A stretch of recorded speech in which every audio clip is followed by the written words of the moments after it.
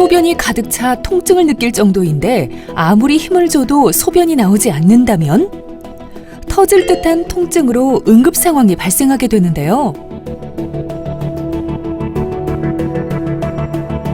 내 의지대로 조절할 수 없는 소변 때문에 고통받는 배뇨장애. 남성은 전립선 비대증, 여성은 요실금이 있습니다.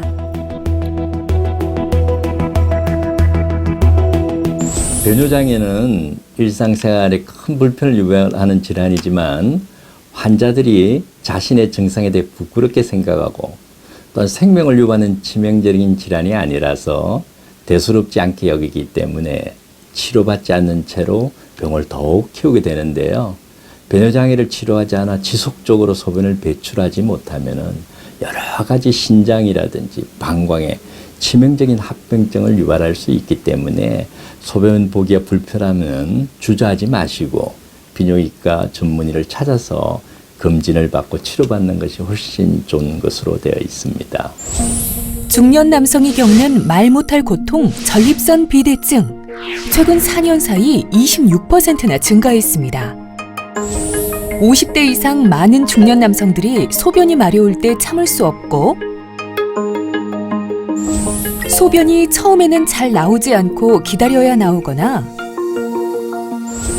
배에 힘을 줘야 소변을 볼 수 있는 증상이 있는데요. 또한 소변 줄기가 가늘어졌거나 중간중간 끊기거나 소변을 보고 나서도 잔뇨감이 있거나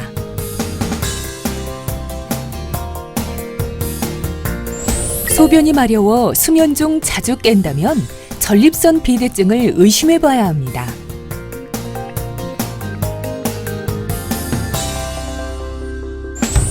전립선은 밤톨 모양으로 방광 바로 밑 직장 앞에 위치해 있으며 무게는 약 20g 정도 되는데요. 소변이 지나가는 요도를 감싸고 있어 전립선이 커지면 요도와 방광을 압박해 소변을 보는데 문제가 발생합니다. 소변을 보는 기능이 어느 정도인지 확인하기 위해 요속 검사, 요역동학 검사, 전립선 초음파 검사, 방광 내시경 등의 검사를 시행하게 되는데요.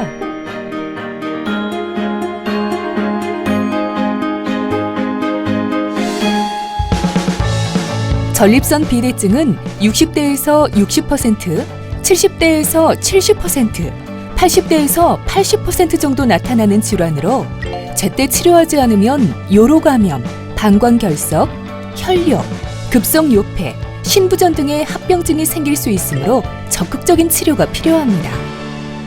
환자분의 지금 전립선의 상태는 굉장히 비대해 있는 상태입니다. 전립선이 커져 있고 이 전립선으로 인해서 이 요도가 막혀 있는 상태입니다. 이럴 경우에는 약물 치료보다는 전립선 크기를 줄여주는 레이저 시술이나 경요도 전립선 결제술을 하는 것이 훨씬 효과적인 것으로. 남성의 고민, 전립선 비대증의 치료는 여러 가지가 있지만은 전립선 크기를 줄여주는 약물 치료를 한다든지 또 전립선 크기를 줄여주는 수술적 치료를 하는 것이 큰 원칙입니다. 약물 치료는 장기간 복용해야 되는 그런 부작용 때문에 최근에는 간단하고 또 치료가 완벽한 전립선 레이저 치료를 많이 해서 환자들이 빨리 일상생활에 복귀하는 방법입니다. 전립선 비대증은 현재 여러 가지 치료 방법이 발전되어 있기 때문에 가장 간략하게 또 간단히 치료할 수 있고 또 환자들의 예후도 좋기 때문에 비뇨기과 방문 시 간단한 검사와 수술적 치료로 배뇨장애에서 해방될 수 있는 아주 그런 질환입니다. 레이저 수술은 수술 시간이 짧아 기저질환이 많은 노인 환자에게 안전한 수술인데요. 가느다란 내시경을 요도로 삽입해 레이저 광선을 발사하여 비대해진 전립선 비대증 조직을 기화시키는 치료법입니다. 레이저빔이 혈액에만 선택적으로 흡수돼 출혈이 적고 작은 구경의 내시경으로 수술해 요도 손상을 최소화합니다. 또 다른 수술법은 유로리프트 수술인데요.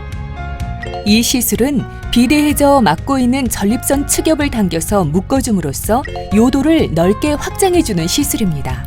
비뇨의학과 명의 김세웅 교수는 아시아 태평양 지역 최초로 레이저를 이용한 전립선 비대증 수술 1,500리를 돌파하기도 했습니다.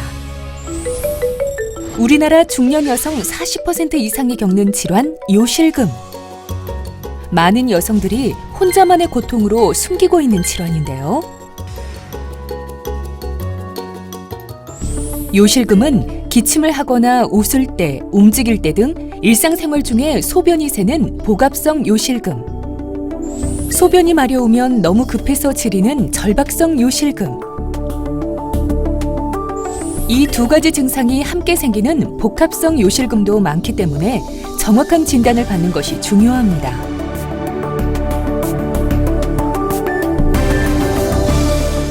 여성 요실금의 원인은 임신과 출산, 노화 등으로 골반 저근과 요도 관략근이 느슨해지면서 생기게 됩니다. 정확한 진단과 치료 방침을 위해서는 요역동학 검사를 실시하여 방광과 요도, 관략근의 기능과 이상 여부를 검사하는데요.